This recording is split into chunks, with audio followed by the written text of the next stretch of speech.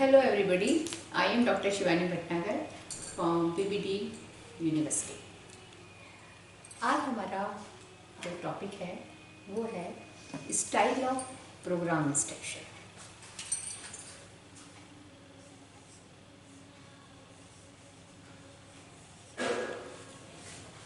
और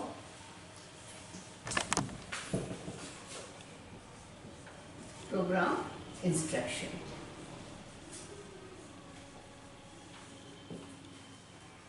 programme instruction कह सकते हैं, प्रोग्राम लर्निंग कह सकते हैं इसको मैंने आपको बताया था। ये आपके आईसीटी पेपर के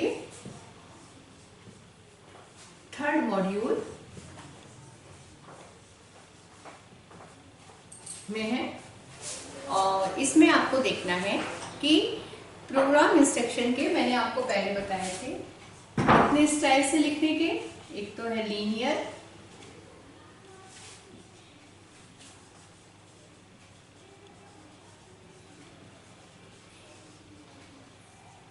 दूसरा कौन सा है आपका ब्रांचिंग,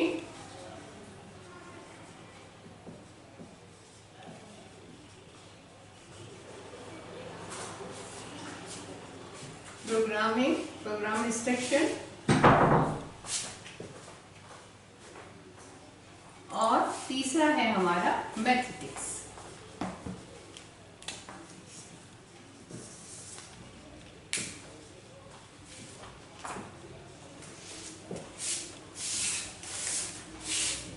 तो 3 आपके ये क्या है, प्रोग्राम इंस्ट्रक्शन है आपके। 3 तरह से हम इसको क्या करते हैं, बेसिक तीनों स्टाइल का जो बेसिक्स है वो एक ही है, लेकिन इनमें जो सीक्वेंसिंग ऑफ फ्रेम है वो इन तीनों में डिफरेंट है।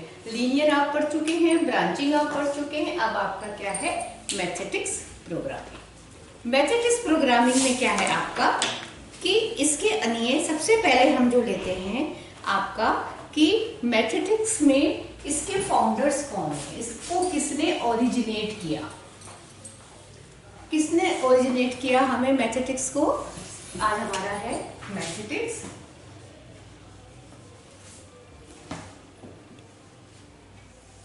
इसमें आप इससे जो है सबसे पहले जो इसको करा था सब में इसने एफ गिलबर्ट ने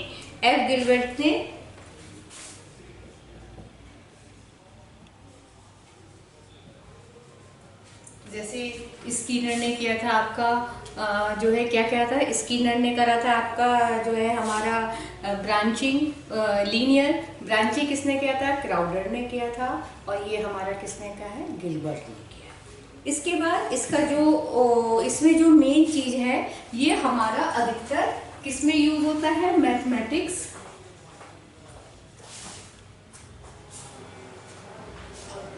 है ना, मैथमेटिक्स या इंग्लिश ग्रामर में इसको यूज करते हैं। तीसरी बात क्या है, इसमें मास्टरी ऑफ लर्निंग। अगर हमें किसी भी विषय में जो है मास्टरी लेनी है या कोई हमारा कंटेंट या टॉपिक है तो हम कौन सा यूज करेंगे। देखिए ये सब टेट में पूछते हैं कि अगर आपको मास्टरी के लिए कोई कंटेंट का हमें विषय ज्ञान का मास्टरी करनी है तो हम कौन से उसका यूज करेंगे, किसका, मैथमेटिक्स का। तो मैथमेटिक्स जो है, और दूसरा ये जो है ये 4th पार्ट है रिट्रोग्रेसिव चेन होती है इसमें। तो ये इसका जो है मेन पॉइंट है कि सबसे पहले तो आपने देखा कि ये हमारा जो है क्या है आपका, सबसे पहली बात आपने देखा इसे गिलबर्ट ने इसको सबसे पहले इसके जो ओरिजिनेट किया था गिलबर्ट ने किया था। मेन बात उन्होंने क्या बताई इसमें कि ये जो है मैथमेटिक्स या इंग्लिश में जिसमें हमें कॉन्सेप्ट जिसमें हमें मास्टरी होनी है, जिस कंटेंट की हमें विषय ज्ञान का, तो उसके लिए हम कौन सा यूज करते हैं, मैथमेटिक्स करते हैं। और इसमें रिट्रोग्रेसिव चेन का या क्या कहते हैं, रिट्रोग्रेसिव जो हमारा प्रोसेस है उसके थ्रू हम सीखते हैं। ये मैं आपको आगे डिफाइन करूंगी रिट्रोग्रेसिव चेन क्या है। इसके बाद आपने देखा कि इसमें जो लर्निंग है लर्निंग जो है इसमें कैसे होती है, जैसे उसमें ऑपरेंट कंडीशनिंग थ्योरी थी ब्रांचिंग में ना, कि हमें ऑपरेंट कंडीशनिंग थ्योरी का उसका बेस था। ये सारे जितने भी प्रोग्राम इंस्ट्रक्शन है इनकी ये लर्निंग थ्योरी पर बेस है। तो जो ये गिलबर्ट ने दिया था, और ये जो कौन सा था, ब्रांचिंग किस पे थी, कॉन्फ़िगरेशन थ्योरी ऑफ लर्निंग। और तीसरा जो ये हमारी किस पे है बेस्ड, ये हमारी है इसमें ये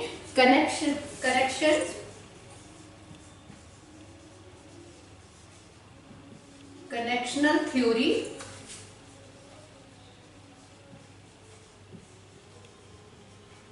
ऑफ लर्निंग।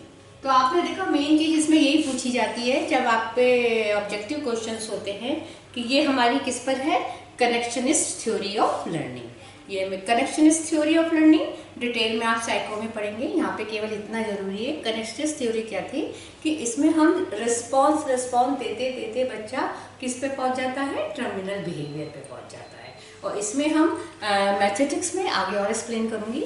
मैथमेटिक्स में क्या होता है कि पहले हम टर्मिनल बिहेवियर बताते हैं, धीरे धीरे बच्चा पहले स्टेप पे, जैसे 100 पहले, फिर धीरे उल्टी गिनती गिनते हुए 1। तो इसमें हम टर्मिनल बिहेवियर पहले पढ़ते हैं बच्चे को, उसके बाद फिर हम तो इसमें मेन ये जो बताया था मैंने, रेट्रोग्रेसिव चेन भी यही है कि हम क्या करते हैं कि पहले हम वैसे क्या होता है लीनियर ब्रांचिंग में आपने क्या देखा था कि पहले हम पहला फ्रेम धीरे धीरे हम टर्मिनल बिहेवियर जो होता है, एंटायरिंग बिहेवियर से टर्मिनल बिहेवियर के हो जाते हैं। लेकिन मैथमेटिक्स में हम टर्मिनल से एंटायरिंग बिहेवियर पे जाते हैं। तो रेट्रोग्रेसिव माने उल्टा, अवरोही है ना, उल्टा क्रम। तो आपने 3 चीज़ इसमें देखी कि पहले तो मैंने देखा कि आपका ये गिलबर्ट ने सबसे पहले खोज की थी। इसके बाद ये मैथमेटिक्स और ग्रामर में ज़्यादा यूज होती है, जिस सब्जेक्ट की हमको क्या करनी होती है, मास्टरी हमको करनी होती है किसी भी कंटेंट का। और तीसरा मैंने बताया ये रेट्रोग्रेसिव चेन इसमें यूज होती है। रेट्रोग्रेसिव चेन का मैंने क्या बताया, रिवर्स चेनिंग अप्रोच है ना। 6 है इसमें, रिवर्स चेनिंग अप्रोच है ना, रिवर्स चेनिंग अप्रोच। तो ये आपने देखा कि रेट्रोग्रेसिव का मतलब पहले हम टर्मिनल बिहेवियर, बाद में एंटायर बिहेवियर पे रेस्पॉन्स करते करते बच्चा पहुंच। इसके बाद आपने लर्निंग थ्योरी कौन सी है इसकी करिए, आता है टेट में कि ये कौन सी लर्निंग थ्योरी पर है, ये जो कौन सी थ्योरी पे आपकी, कनेक्शनिस्ट थ्योरी ऑफ लर्निंग। इसके बाद जो आपका आता है इसमें हमने और क्या देखना है कि रेट्रोग्रेसिव समझ में आ गया आपको कि टर्मिनल बिहेवियर पहले, इसलिए हम इसको अवरोही श्रृंखला भी कहते हैं, ठीक है। इसके बाद इसके जो प्रिंसिपल हैं, जैसे आपने सारे प्रिंसिपल लीनियर ब्रांचिंग सब में मैंने प्रिंसिपल बताए थे, 3 प्रिंसिपल थे।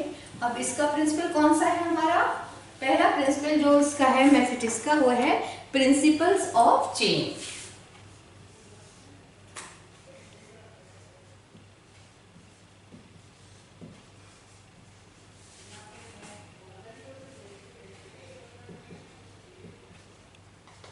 ठीक है, प्रिंसिपल ऑफ चेनिंग, ये रिस्पॉन्स करते करते करते बच्चा जो है क्या होता है, टर्मिनल बिहेवियर से एंटायर बिहेवियर पे पहुंच जाता है। दूसरा है आपका प्रिंसिपल ऑफ डिस्क्रिमिनेशन।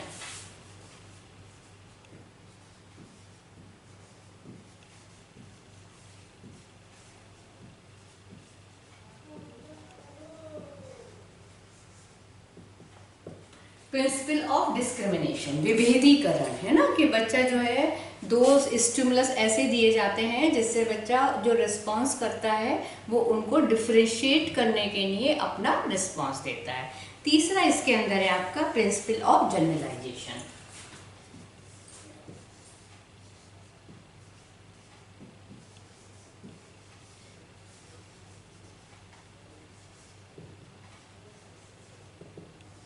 देखिए प्रिंसिपल ऑफ चेनिंग का समझ में आ गया कि हम जैसे रेस्पॉन्स करते हैं R1, फिर R2, फिर R3, फिर धीरे धीरे हम टर्मिनल बिहेवियर पर पहुंच जाते हैं। तो एक चेन बन जाती है रिस्पॉन्स की, है ना। पहले एक आंसर देते देते इसको हम व्यवहार कहते हैं और इस पूरी श्रृंखला को व्यवहार श्रृंखला कहते हैं। ये मैं बताऊँ कितने तरह की होती है अभी। इसके बाद आपका जो है ये प्रिंसिपल ऑफ डिस्क्रिमिनेशन क्या है, प्रिंसिपल ऑफ डिस्क्रिमिनेशन कि हर उसके लिए अलग रिस्पॉन्स होता है। जैसे स्टिमुलस है R1, R2 R3, है ना। तो इसमें ये क्या है, ये डिस्क्रिमिनेट करेगा कि जो जो स्टिमुलस है उसके अकॉर्डिंग जो है बच्चा रिस्पॉन्स अलग अलग होगा, स्टिमुलस भी अलग है और रिस्पॉन्स भी आपका अलग है। और जनरलाइजेशन में क्या होता है कि हम सारे R1 R2 R3 इसमें जो है हम एक, उसमें हम क्या कर देते हैं आपका कि एक स्टिमुलस है और आपका क्या है, जनरलाइजेशन आपका अलग है। आपने देखा कि जो हमारे ये 3 प्रिंसिपल हैं, इसमें आपको क्या करना है कि हमको ये ध्यान रखना है कि जनरलाइजेशन में हम तीन रिस्पॉन्स देने के बाद हम अपनी बात को जनरलाइज करते हैं। तो इसमें दोनों ही यूज होते हैं, डिस्क्रिमिनेशन भी और जनरलाइजेशन भी। तो 3 इसके हमारे कौन से हो गए, प्रिंसिपल हो गए। इसके बाद आपका प्रिंसिपल्स के बाद अब हम लेते हैं इसमें अजम्पशन क्या है, इसके क्या इसकी धारणा है, किस बेस पे हमारा ये क्या है, हमारी मैथमेटिक्स प्रोग्रामिंग है। इसमें क्या है कि इनकी जो सबसे पहला जो अजम्पशन था मैथमेटिक्स का,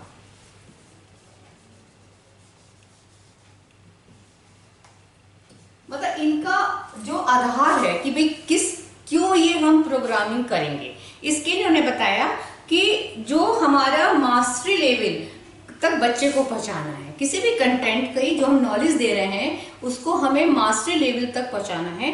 तो चेनिंग ऑफ द रिस्पॉन्सेस, पहला क्या था, चेनिंग ऑफ द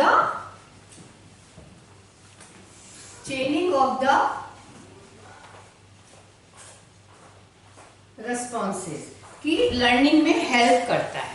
अगर रिस्पॉन्स हमारा चेन के रूप में होता है तो मास्टरी लेवल तक बच्चा पहुंच जाता है। दूसरा है कि रिवर्स चेनिंग, है ना, रिट्रोग्रेसिव यानी कि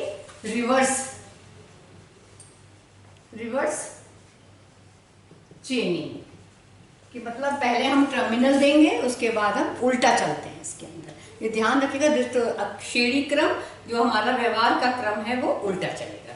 इसके बाद तीसरा है completion of the task, provide the motivation of student. जब वो अपना कंप्लीट कर लेते हैं वर्क तो तीसरा क्या है, कंप्लीशन ऑफ द वर्क,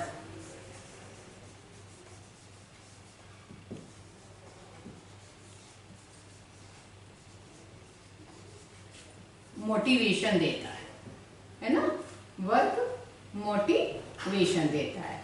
तो पहली बात तो चेनिंग ऑफ द रिस्पॉन्स, दूसरा रिवर्स चेन, तीसरा मोटिवेशन देता है। इसके बाद जो है हमारा क्या है कि हमेशा जो स्मॉल स्टेप में देते हैं, कॉम्प्लेक्स से इजी की ओर चलते हैं इसके अंदर।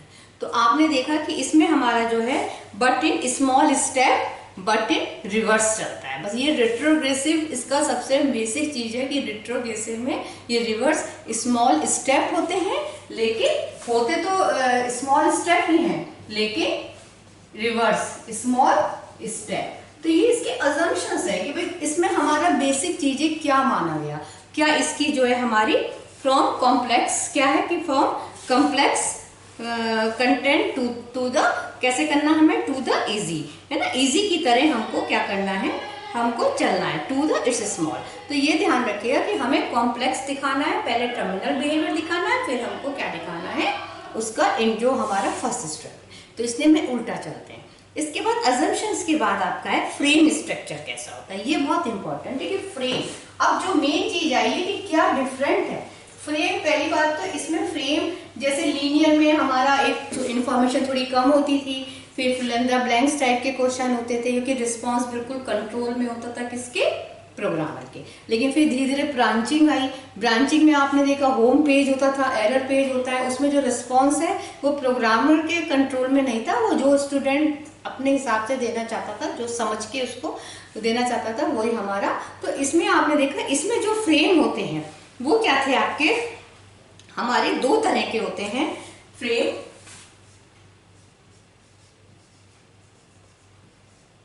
पहला तो इसमें डेमोन्स्ट्रेशन होता है,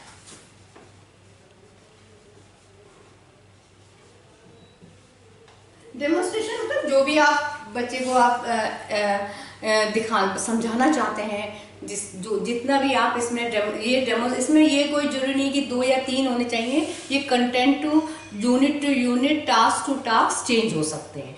नंबर ऑफ डेमोस्ट्रेशन के बाद फिर आपका है प्रॉम्प्ट्स।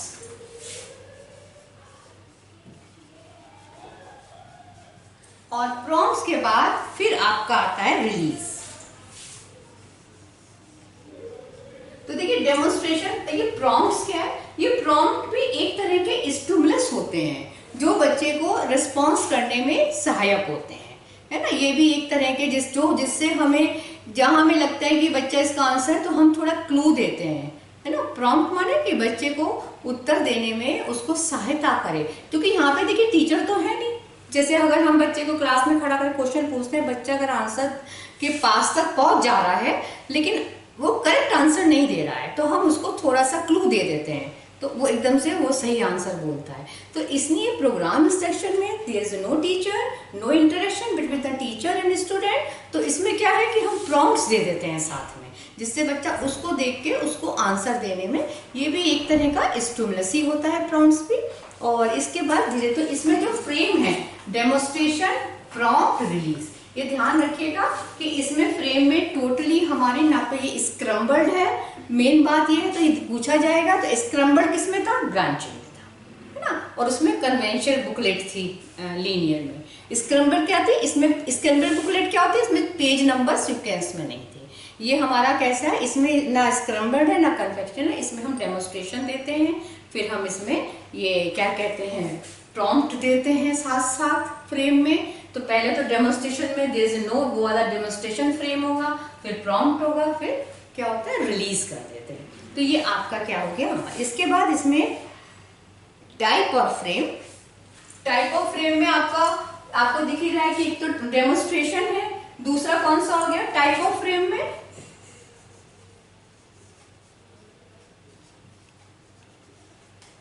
डेमोन्स्ट्रेशन फ्रेम,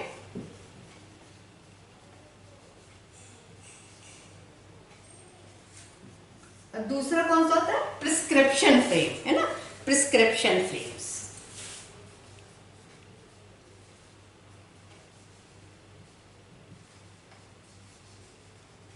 तो ये आपने देखा कि हमारा डेमोन्स्ट्रेशन, प्रॉम्प्ट, रिलीज, इस तरह से इनका फ्रेम का जो क्रम इस तरह से होता है, या सीक्वेंसिंग कह लीजिए। इसके बाद डेमोन्स्ट्रेशन और प्रिस्क्रिप्शन, ये हमारे क्या है, टाइप ऑफ फ्रेम है। अब आपका है कि इसमें हमें क्या करना है कि रेस्पॉन्सेस कैसे होते हैं, है ना। रेस्पॉन्स कैसे होते हैं, रेस्पॉन्स जैसे मैंने अभी बताया था, लीनियर में तो लर्नर कंट्रोल था response, fill in the blank type के क्वेश्चन होते थे, रिकॉल टाइप होते थे, बच्चा अपना उसमें आंसर देगा। दूसरा ब्रांचिंग में मैंने बताया था मल्टीपल चॉइस क्वेश्चन होते हैं। इसमें कैसे रिस्पॉन्स होंगे, इसमें क्या होगा, एक तो स्ट्रक्चर्ड रिस्पॉन्स होते हैं। पहली बात देखिए, इसमें कंपैरेटिव स्टडी बहुत जरूरी है लीनियर, ब्रांचिंग और मैथमेटिक्स में, तभी आप इसके कॉन्सेप्ट क्लियर होंगे और आप ऑब्जेक्टिव क्वेश्चन करने में कंफ्यूज नहीं होंगे।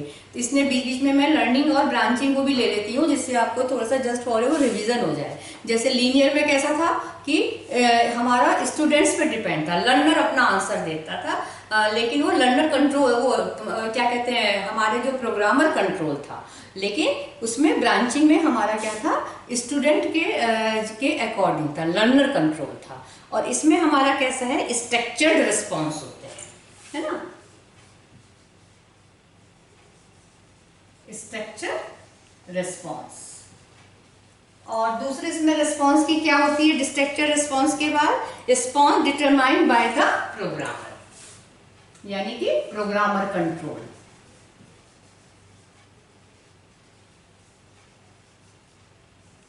तो ये ध्यान रखिएगा, स्ट्रक्चर्ड रिस्पॉन्स होते हैं। प्रोग्राम ऐसा डेमोन्स्ट्रेशन दिया जाता है कि उसमें जो डेमोन्स्ट्रेशन में हम किसी भी सवाल को सॉल्व करके दिखाएंगे पहले, है ना। तभी तो मैंने कहा इसमें पहले टर्मिनल बिहेवियर दिखा देते हैं, जो हम सिखाना चाह रहे हैं बच्चे को वो पहले वाले फ्रेम में दिखा देते हैं। जबकि लीनियर ब्रांचिंग में क्या था, पहले हम धीरे धीरे स्टेप करके टर्मिनल बिहेवियर पे पहुंचे। इसमें जो डेमोन्स्ट्रेशन का मतलब ही यह है कि जो मैं सिखाना चाह रही हूँ बच्चे को, वो मैंने डेमोन्स्ट्रेशन फ्रेम में मैंने दे दिया। कोई अगर मैं सिखाना चाह रही हूँ मैथ्स में मैं ले लेती हूँ, मान लो मेरे को एरिया सिखाना है कि एरिया इज इक्वल टू लंबाई इंटू ब्रेथ, तो पहले मैं उसको सवाल एक करके दूंगी पहले डेमोन्स्ट्रेशन में, लेकिन उसको इस तरह से करा जाएगा, स्टेप 1 स्टेप 2 पहले क्या किया, इसके बाद डेमोन्स्ट्रेशन के बाद फिर हम उसको क्या देंगे, प्रॉम्प्ट, यानी कि सीधा सवाल सवाल नहीं, उसमें हमें धीरे धीरे दूंगी लंबाई चौड़ाई फिल इन द ब्लैंक करके कि प्रॉम्प्ट के रूप में बच्चे को मैं हिंट भी देती जाऊंगी, और तीसरे में फिर मैं बिल्कुल एक्सरसाइज के रूप में दूंगी और प्रॉम्प्ट हटा दूंगी, है ना। डेमोन्स्ट्रेशन में क्या है कि मैंने पूरा सॉल्व कर दिया सवाल, जैसे ये मेरा डेमोन्स्ट्रेशन फ्रेम है, यहाँ मैंने पूरा क्वेश्चन सॉल्व कर दिया, यहाँ पे मेरा क्वेश्चन है, यहाँ मेरा सॉल्यूशन है, यहाँ मैंने सॉल्यूशन कर दिया, यहाँ मेरा क्वेश्चन है डेमोन्स्ट्रेशन में। लेकिन सॉल्यूशन बहुत अच्छे से स्टेप बाय स्टेप क्लियर करके, क्योंकि मैं बार बार बता रही हूँ, टीचर है नहीं, हमें उस प्रोग्राम को देख के ही बच्चा डेमोन्स्ट्रेशन देख के समझेगा। तो जो हमारा डेमोन्स्ट्रेशन है, जो मैं सॉल्व दूंगी, वो बहुत ईजी वे में उसको जैसे समझ में आ जाए। उसके बाद दूसरा क्या होगा, मैं प्रॉम्प्ट। अब इसके बाद अब मैं चाहूंगी कि अब बच्चा एक खुद करे, तो मैं सवाल दूंगी लेकिन उसमें साथ साथ हिंट देती जाऊंगी, जिससे बच्चा हिंट के सहारे वो सॉल्व करेगा। फिर तीसरा रिलीज क्या है, यानी कि अब फिर मैं तीसरे फ्रेम में अब बिल्कुल डायरेक्ट बच्चा करेगा, उसमें कोई भी हिंट नहीं दिया जाएगा, ठीक है। तो ये आपका हो गया इसके बाद आपका क्या है, रीइंफोर्समेंट। इसमें रीइंफोर्समेंट जो है मैंने बताया था कंप्लीशन और वर्क के बाद दिया जाता है ना। इसमें पहली बात आपने 2-3 चीज इसमें देखी मैथमेटिक्स में, एक तो इसमें रिट्रोग्रेसिव चेन है, यानी कि पहले टर्मिनल बाद में हम पीछे वाला लास्ट वाला करते हैं।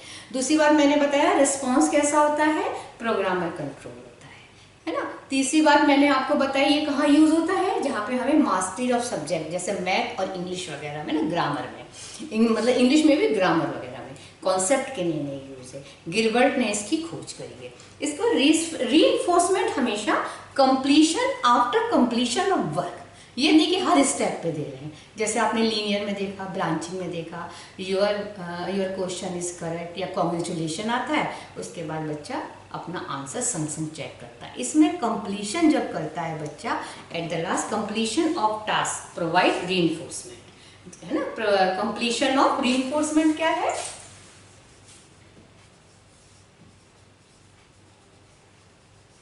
कंप्लीशन ऑफ टास्क,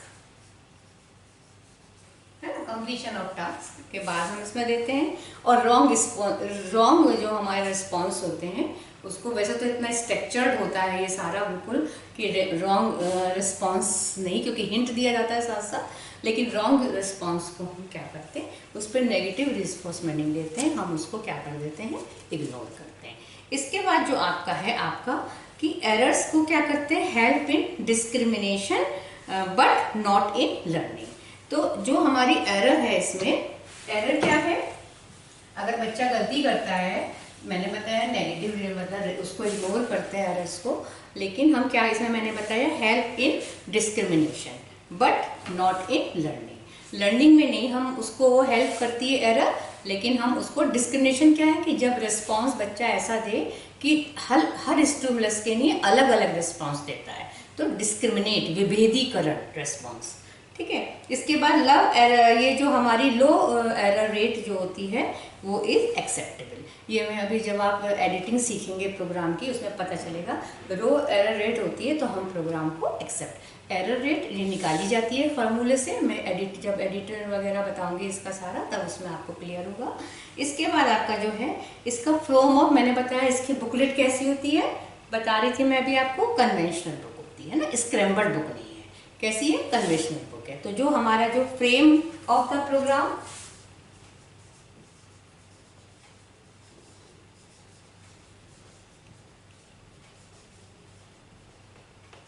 कैसी होती है, कन्वेंशनल।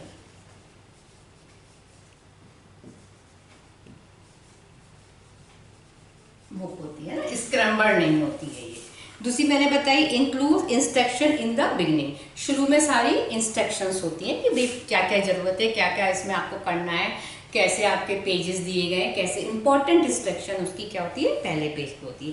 फिर इसके बाद मैंने बताया था कंटेंट जो है हम पहले छोटे छोटे जो भी हमारी बुकलेट है उसमें जो भी हमें पढ़ाना है उसको मैं कंटेंट को छोटे छोटे पार्ट्स में डिवाइड कर दूंगी।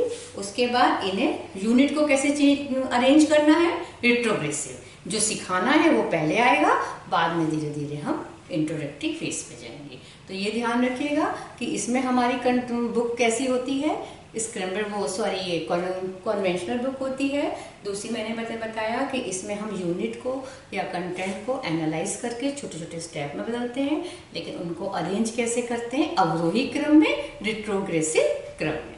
इसके बाद आपका जो है इसमें हमको ये जो आपको बताया था मैंने, इसमें पर्पस क्या था, ये तो पर्पस तो बताया जा रहा है कि मास्टरी ऑफ सब्जेक्ट। अगर हमें कोई ऐसा मैथ और ग्रामर में मास्टरी ऑफ साइंस करवानी है तो हमको क्या करना है, हमें ये वाली, इसका जो पर्पस ही ये है कि बच्चे को क्या करना है, mastery of the content. Main focus of the mathematics and grammar में है कि मास्टरी ऑफ द कंटेंट में। इसके बाद फिर आपका क्या है, इसमें नेक्स्ट है आपका, ये हमें हमेशा, ये तो आपको पता ही है, बड़ी क्लासेस में, हायर क्लासेस में इसको हम ज़्यादा यूज़ करेंगे। नॉट इसमें कि हम, दूसरी बात मैंने बताई, कॉम्प्लेक्स या कोई हमें डिफ़िकल्ट कंटेंट है तो हम मैथमेटिक्स से हम इस वाले प्रोग्रामर से हम ज़्यादा इसको यूज़ कर सकते हैं।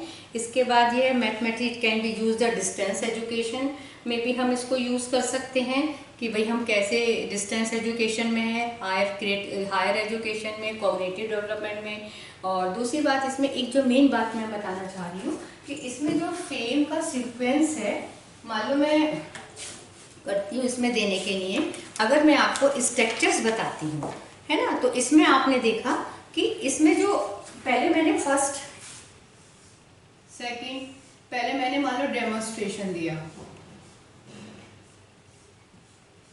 ठीक है, इसके बाद मैंने क्या करा, डेमोन्स्ट्रेशन दिया, धीरे धीरे मैंने यहाँ पे क्या कर लिया, हिंट वाला भी देने लगी। फिर धीरे धीरे फिर मैंने क्या करा, यहाँ पे मैंने प्रॉम्प्ट दिया, एक्सरसाइज शुरू कर दी धीरे धीरे, ठीक है। इसके बाद मैंने क्या करा, ये हो गया, फिर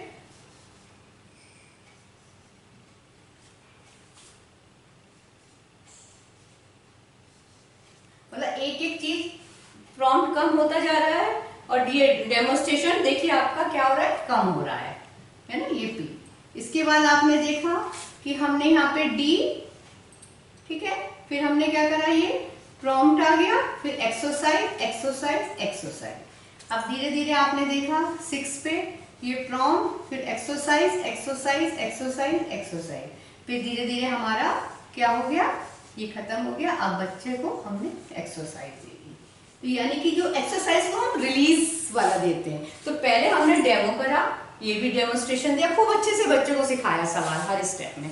इसके बाद फिर मैंने एक फ्रेम डाल दिया जिसमें थोड़ा हिंट, पी क्या है, प्रॉम्प्ट। प्रॉम्प्ट क्या होता है कि हम जैसे हिंट देते हैं, अगर बच्चे को सहारा मिल जाता है, ये भी एक तरह का स्टिमुलस है। इसके बाद धीरे धीरे मैं डेमोन्स्ट्रेशन देखिए कम करती जा रही हूँ, ये एक्सरसाइज आ गया, फिर 2 एक्सरसाइज, ये पी यहाँ से खिसकता, लास्ट में हमारे खाली सारे एक्सरसाइज। तो इसमें 3 ही तरह के फ्रेम होते हैं, डेमोन्स्ट्रेशन, और हमारा क्या है, ये प्रॉम्प्ट है, और इसके बाद आपने देखा रिलीज। तो ये जो मेन है इसमें मैथमेटिक्स में, इसकी लिमिटेशंस में भी आपको ये कमियां क्या है इसकी, भाई क्या इसको हम कहते हैं कि भाई क्यों इसको हम यूज नहीं कर सकते हैं ज़्यादा, क्योंकि पहली बात तो इसमें देखें कि इसमें जो है mastery of the content rather the change in behaviour, इसमें जो मेन इम्फेसिस दिया गया है, बस ये देख करा गया है कि लर्निंग को नहीं देखा जा रहा है, खाली मास्टरी हो जाए ना, तो चेंज इन बिहेवियर पे ज़्यादा लर्नर्स का पे नहीं ध्यान दिया।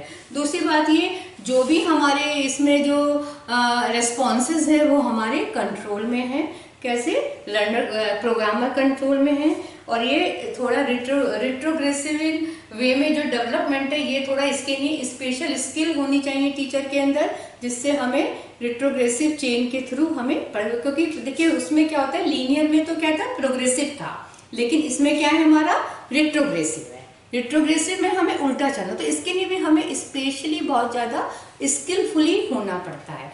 तो आपने देखा हमारा कि जो हमारा मैथमेटिक्स है ये गिलबर्ट ने करा, इसके अजम्पशन देखे, इसमें फ्रेम का जो स्ट्रक्चर अलग है, डेमोन्स्ट्रेशन, प्रॉम्प्ट, रिलीज। पहले हम डेमोन्स्ट्रेशन देते हैं, फिर हिंट दे के हम क्या करते हैं, इसको वो करते हैं, प्रॉम्प्ट्स को देते हैं, धीरे धीरे पूरी तरह से प्रॉम्प्ट खत्म हो जाते हैं, एक्सरसाइज देते हैं। तो आपने देखा कि हमारा जो ये मैथमेटिक्स है इसका टोटली ब्रांचिंग और लर्निंग से हमारा इसमें कोई भी बहुत ज़्यादा नहीं है। तो इसमें बिहेवियर, जो हमारा बिहेवियर है, जो बिहेवियर सीरीज बनती है हमारी, इसमें थोड़ी सी 2-3 चीज़ मैं और बताना चाहूँगी आपको कि जो हमारी बिहेवियर का जो हमको देखना है कि भाई कैसे हम इसको करेंगे, बिहेवियर को कैसे हम डेमोन्स्ट्रेशन करेंगे, कैसे हम बिहेवियर को करेंगे। तो इसके लिए मैंने आपको बताया कि हमको जो बिहेवियर होता है, जैसे मैंने बिहेवियर श्रृंखला, जैसे R1, R2, R3 है ना, तो इस तरह से एक हमारी क्या बन गई, सीरीज बन गई है ना। तो इसमें क्या होता है, ये सीरीज, और बाकी R1, R2 क्या है, हमारा अपना क्या है, व्यवहार है। तो आपने देखा कि इसमें जो हमारा सीरीज है ये व्यवहार के बेस पे ही हम करते हैं। जैसे मैंने बताया था सामान्यकरण में क्या होता है कि स्टिमुलस S1, S2, S3, इसके बाद हम जो भी देते हैं रिस्पॉन्स वो हमारा कैसा हो जाता है, जो भी अनुक्रम, ये हमारा जनरलाइजेशन है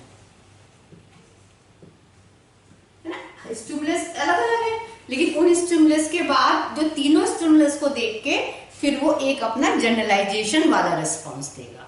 और अगर हमको देना है विभेदीकरण, इसमें हर डिस्क्रिमिनेट करता है, हर अनुक्रिया के लिए अलग रिस्पॉन्स होगा, S1 के लिए अलग होगा, S2 के लिए अलग होगा, तो ये होता है हमारा डिस्क्रिमिनेट, विभेदीकरण। तो यानी कि हर स्टिमुलस को देख के बच्चा अपना रिस्पॉन्स भी हर स्टिमुलस के लिए रिस्पॉन्स होगा, और उसमें 3 स्टिमुलस के लिए रिस्पॉन्स होगा, जिससे वो जनरलाइज करके अपनी बात करेगा, है ना। जैसे तीनों बातें एक जनरलाइज करके वो निकाल देगा। इसके बाद मैंने आपको बताया था कि इसमें एक चीज और आप ध्यान रखिएगा कि जो हमारा वो होता है, आपकी जो व्यवहार और व्यवहार श्रृंखला है, ये सीरीज है, और यही सीरीज को अगर व्यवहारों के समूह को, ग्रुप ऑफ रिस्पॉन्स को हम क्या कहते हैं, ग्रुप ऑफ रिस्पॉन्स को हम लोग क्या कहते हैं, व्यवहार श्रृंखला। तो ये व्यवहार श्रृंखला है आपकी, इसको भी हमने बहुत सारे नाम दिए हैं। जैसे 3 तरह की होती है, एक होती है आपकी सिंपल डिस्क्रिमिनेशन रिस्पॉन्सेज, है ना, ये तो डिस्क्रिमिनेटिव रिस्पॉन्सेज। तो इसमें व्यवहार श्रृंखला जो होती है, व्यवहार रिस्पॉन्स या व्यवहार को भी कहते हैं हम। इसमें क्या होता है कि यदि हमारी जो क्रम है, जो हमारा 3 तरह का होता है, पहला होता है सिंपल डिस्क्रिमिनेटिव रिस्पॉन्सेज,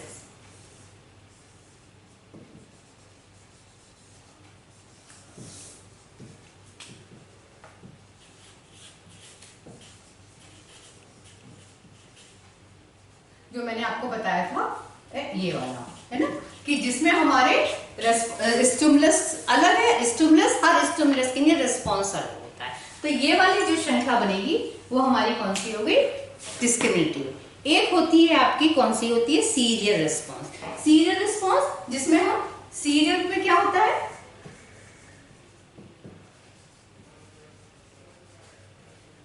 इसमें हमारा R1, R2, R3 जैसे लीनियर में होता है कि रिस्पॉन्स देता जाता है बच्चा, एक श्रृंखला बन जाती है। तीसरी बात मैंने आपको एक होता है आपका, कौन सा होता है, सस्टेन, सेल्फ सस्टेन।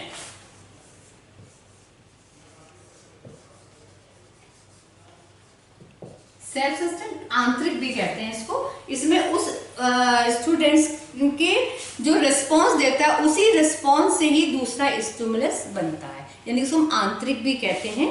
इसमें हम वायु उद्दीपन के स्थान पर हम क्या करते हैं, आंतरिक से बच्चा जो उसका व्यवहार है उसी से ही वो नेक्स्ट रिस्पॉन्स देता है। तो आपको ये 2 चीज बहुत ध्यान देने की है। जनरलाइजेशन में क्या होता है, सब स्टिमुलस अलग, रिस्पॉन्स है कि इन तीनों स्टिमुलस को देख के वो अपना क्या करता है, एक जनरलाइजेशन रिस्पॉन्स देता है। डिस्क्रिमिनेशन में हर रिस्पॉन्स के लिए अलग अलग होता है।